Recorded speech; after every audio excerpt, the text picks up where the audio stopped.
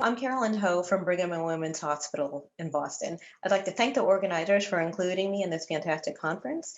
And I have the pleasure this morning of speaking about the role of genetic testing in clinical management. Are genotype positive, LVH negative individuals normal, diseased, or in between? And here are my pictures. We've had great interest in looking earlier in disease evolution to try to better understand disease development. Clinically, HCM that we care for in the ambulatory setting is late-stage disease. The horse is already out of the barn at that point, and there's probably not a lot we can do to impact future progression.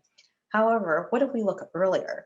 In genetically susceptible individuals, what happens before LVH develops? Can we use this to understand better how to prevent HCM? One approach that we've used is microphenotyping, or comprehensively characterizing genotype cohorts to identify early phenotypes of sarcomeric variants. Microphenotype clinical sarcomeric variant carriers who have not yet developed left ventricular hypertrophy allows us to isolate fundamental or early phenotypes of sarcomeric variants from the confounding introduced by the pathophysiologic changes that accompany overt disease. This has allowed us to identify subtle abnormalities in LV geometry, function, and myocardial composition prior to the emergence of clinical HCM when LV wall thickness is still normal. So for example, sarcomeric variant carriers with preclinical and overt HCM have smaller left ventricular cavity size. As a result, the thick dimension ratio is increased, and this could have important implications for diastolic function. The LV thickness to LV diameter ratio increases, diastolic wall stress decreases, so that higher diastolic filling pressure needed to adequately distend the left ventricle.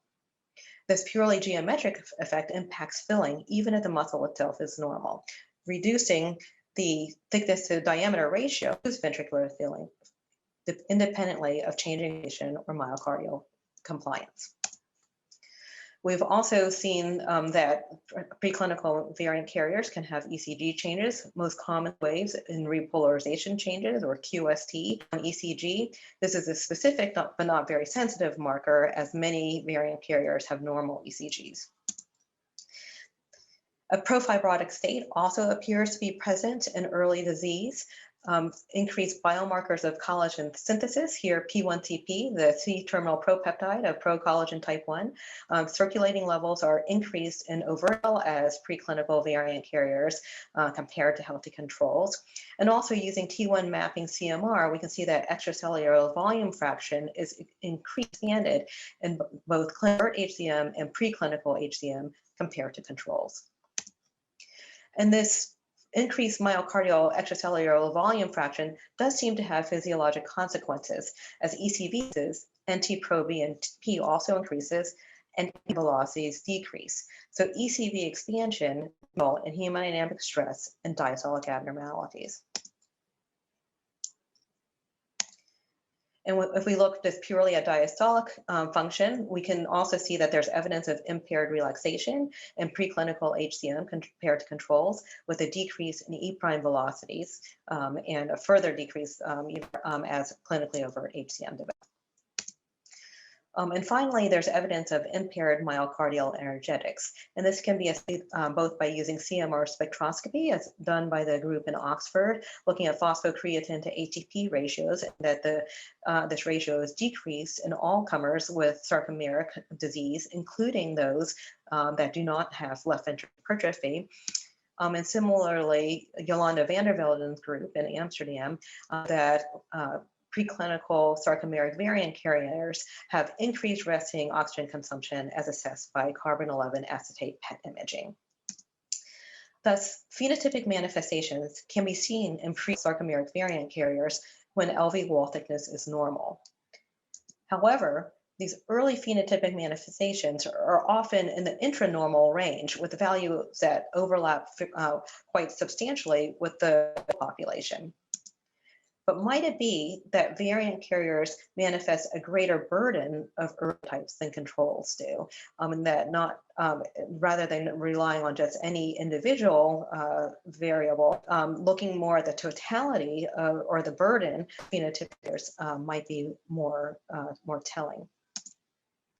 And in this study, phenotypic burden was assessed by counting how many of 7 early phenotypic features were present in each participant, and that's shown along the x-axis. And these early phenotypes include QST on ECG, so QAs are ST abnormalities, septal E prime, Z-score less than -1.5, LV end diastolic or end systolic Z-scores less than -1.5, increased NT-proBNP and high sensitivity troponin levels, and also an increased LV thickness to dimension ratio.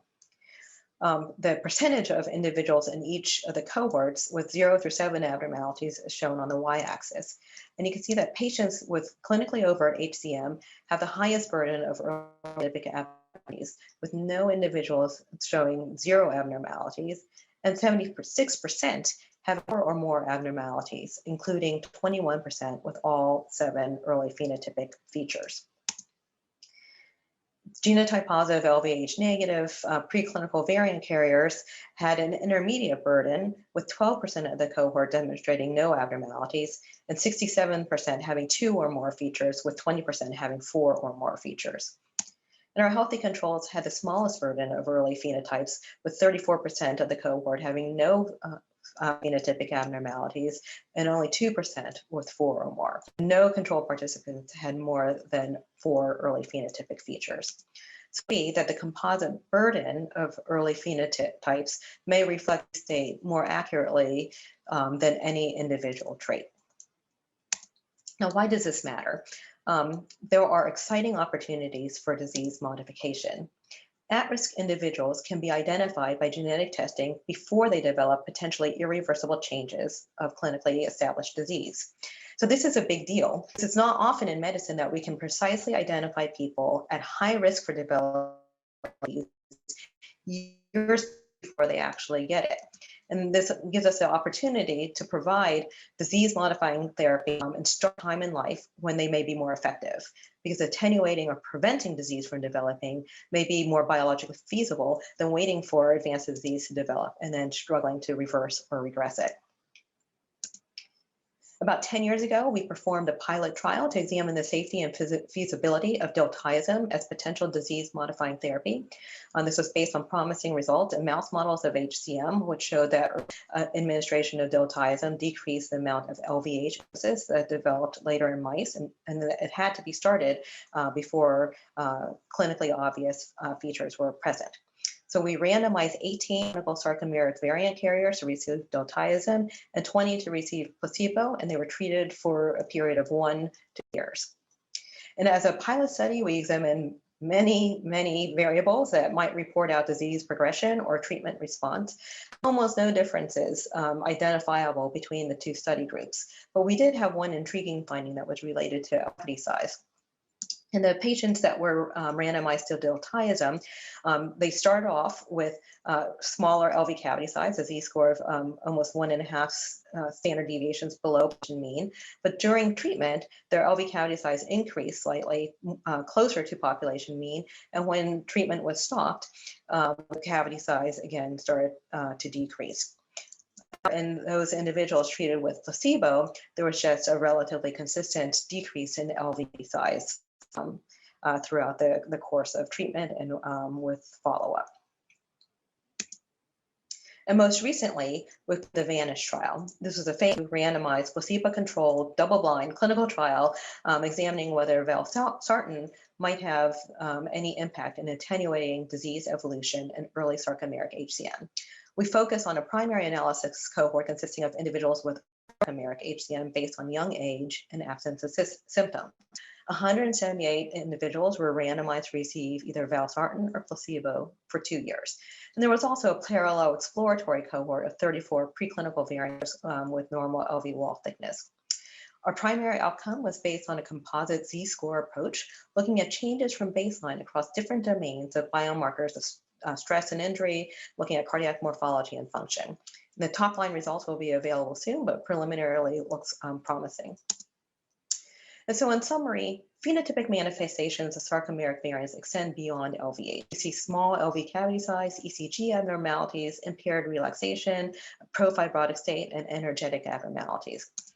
Normal versus abnormal might be a false dichotomy, and it is probably important to think more holistically rather than focusing on any individual feature to define disease. And thinking in the early changes, these are often individually subtle or even absent, but collective burden may be more meaningful. And the insight that we gain with these endeavors are critical to guide the development of disease-modifying therapy. Thank you very much for your attention.